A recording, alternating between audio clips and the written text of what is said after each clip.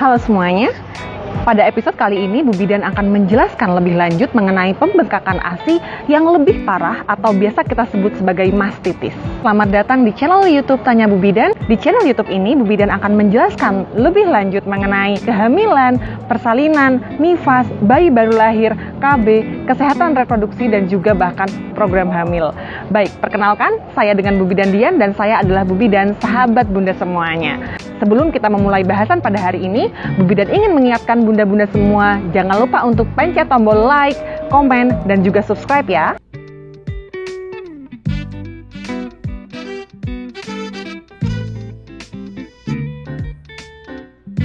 Baik, Bu Bidan sudah menjelaskan sebelumnya mengenai apa itu sumbatan ASI pada episode yang sebelumnya. Pada episode kali ini Bu Bidan akan menjelaskan mastitis. Baik, begini ceritanya.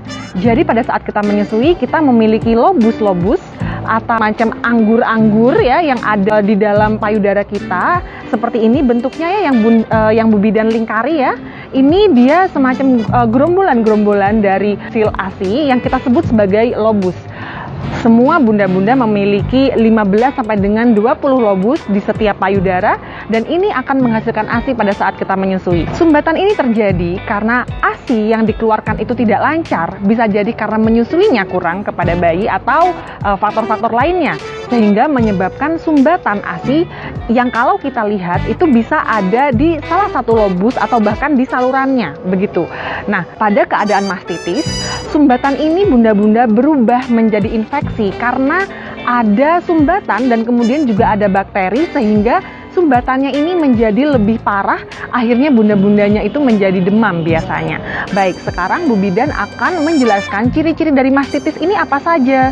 Yang pertama yaitu payudara yang terasa sakit, kemudian kemerahan atau menteng, dan juga ada bagian keras yang bisa kita tekan di salah satu bagian dari payudara atau di keduanya, dan juga seringnya itu terasa gatal bunda-bunda dan terasa perih juga saat menyusui. Namun yang paling khas di sini adalah adanya demam di bunda-bunda dan juga pada keadaan tertentu itu bisa juga ada nanah di sana begitu.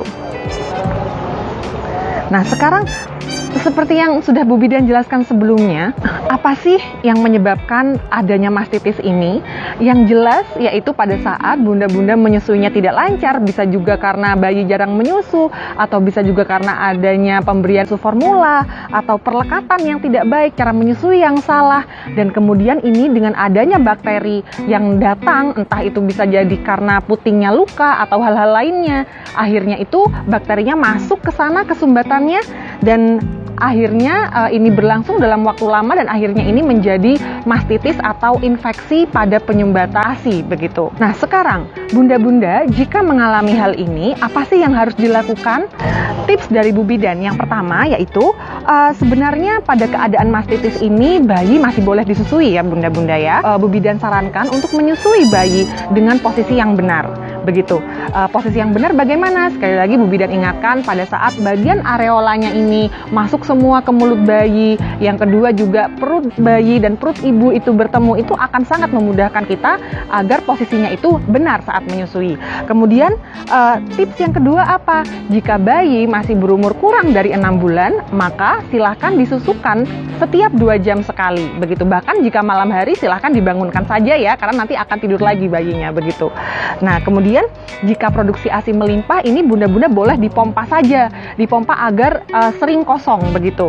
Nah, jika benjolan ini tidak membaik, bunda-bunda segera ke klinik atau segera ke puskesmas karena nanti Bu Bidan akan melakukan pemijatan payudara. Bu Bidan akan mengurai ini tadi ada sumbatan ASI-nya, ya bunda-bunda kemudian akan dikeluarkan ASI-nya semuanya dan kemudian karena bunda-bunda sudah mulai demam ini, maka nanti dokter akan meresepkan antibiotik begitu. Dan bunda-bunda tidak boleh membeli antibiotik sendiri di apotik karena bunda-bunda sedang menyusui, sehingga akan lebih baik nanti jika kami tenaga kesehatan dan juga dokter yang memberikan resep untuk antibiotiknya, begitu ya.